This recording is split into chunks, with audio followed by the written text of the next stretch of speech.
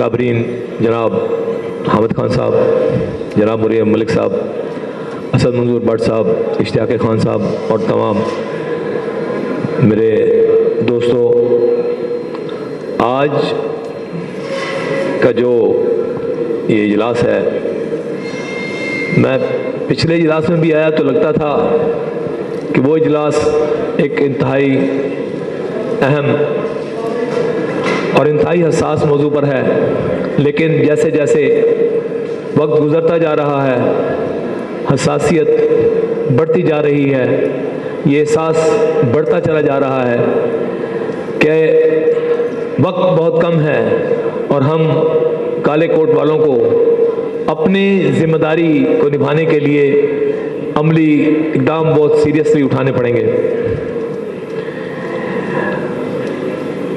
मैं समझता हूं कि 1970 के डिबैकल के बाद कि जब एक इलेक्टेड पार्टी को हुकूमत ना दी गई और मुल्क टूट गया, ये वक्त उससे ज़्यादा खौफनाक है कि जब हमारे पास तोड़ने के लिए कुछ भी नहीं। अगर अब कुछ टूटता है तो ये वतन अजीज टूटता है कि जिसके बाद शायद अल्लाह ना करे और इस मुल्क के दुश्मनों के मुंह में खाक हो और उनको अल्लाह ताला खुद भी समझे, निपटे कि शायद ये वजूद बरकरार ना रहे। इसलिए हमारी ज़रूरत पहले से ज़्यादा है। 70 का इलेक्शन हुआ, उस वक्त के इलेक्शन में और फरवरी के इलेक्शन में एक बड़ा वाज़ेह फ़र्क है।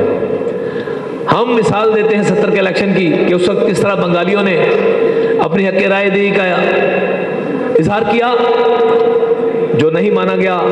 लेकिन जो फरवरी का इलेक्शन था 2024 का, उसमें इतना हॉस्टाइल एटमॉस्फेयर था, बंगालियों को तो इजाजत थी, बंगालियों को माहौल खुला था, उनके लिए फील्ड ओपन था कि जिसको मर्जी वोट दें, और वहां उन्होंने अपने उस राय का इजहार किया।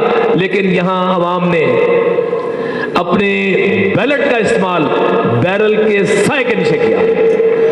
मैं अवाम के इस राय के इजहार को बंगालियों के राय के इजहार से कहीं ज्यादा मुश्किल समझता हूं, जो इन्होंने यहीं रहते हुए एक बहुत ही हॉस्टाइल एटमॉस्फेयर में किया। लेकिन क्या हुआ कि उनके इस मैंडेट को जो अवाम ने दिया, उसको पामाल कर दिया गया। और जब मैं मुख्तसर बात करूंगा कि काबिन बैठे हैं कि जब वो अपने उस मैंडेट को लेने की, जायज मैंडेट को हासिल करने की जद्दोजहद करते हुए डी चौक पर पहुंचे, तो उनके साथ जो बेईमाना सलूक किया गया, जो उनको लाशों के ढेर लगा दिए गए, वो भी पाकिस्तान में क्या पूरी दुनिया में इसकी मिसाल नहीं है। मैंने पहले भी कहा था, अर्ज किया था कि ये जो वक्त है, ये बदतरीन मार्शल का 6th जनरेशन मार्शल, मैं पहले ये अल्फाज कह के गया था कि मार्शल लगाने वालों ने भी तरक्की कर ली और उनके साथ रहने वाले भी बेतहाशा आ गए। आज जो मार्शल लगा हुआ है, आज जो जर्नल है, किसी के चेहरे पर नवाज शरीफ का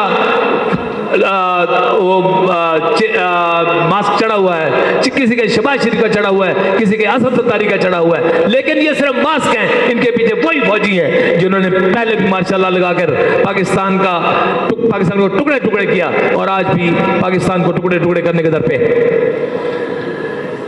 मैं नहीं समझता कि इस वक्त जो सिचुएशन है वो ऐसी है कि खामोश रह जाए।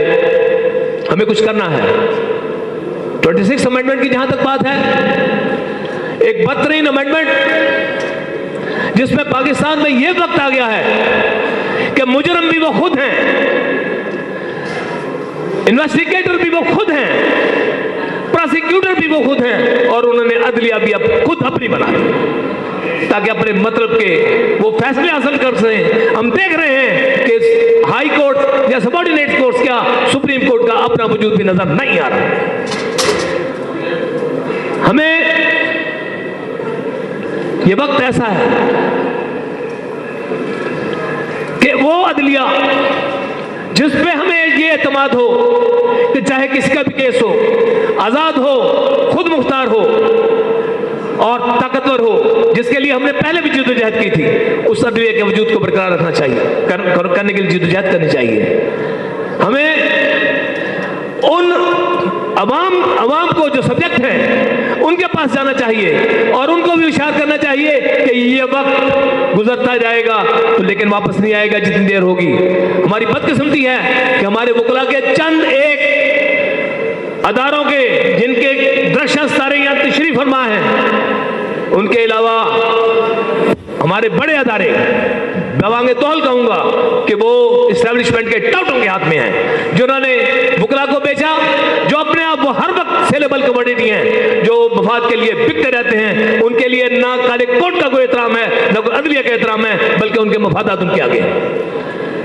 आज आप दोस्तों का, जैसा कि रियासत आजाद साहब ने ये बात की कि आप लोगों का फर्ज है कि आप तहसील के लेवल से, जिला के लेवल से, सुप्रीम कोर्ट के लेवल तक जाएं, दोस्तों से रब्ता करें कि वो अपने कन्वेंशन करें, लोकल लेवल पर भी अपने इजलास करें और वहां से अवाम में निकले। और ये जो जंग है, ये कोई इतनी आसान जंग नहीं है और ये कोई एक दो दिन की जंग नहीं है। ये जंग हमें तवील लड़नी है। ये चंद महीनों पर भी मुश्किल हो सकती है या चंद ये साल भी लग सकते हैं, लेकिन हमें पाकिस्तान के असल वजूद को वापस लेके आना है। अगर हम ये ना कर सके तो खुदा ना खास्ता फिर हम कफे अफसोस मरने के सिवा कुछ नहीं कर सकेंगे।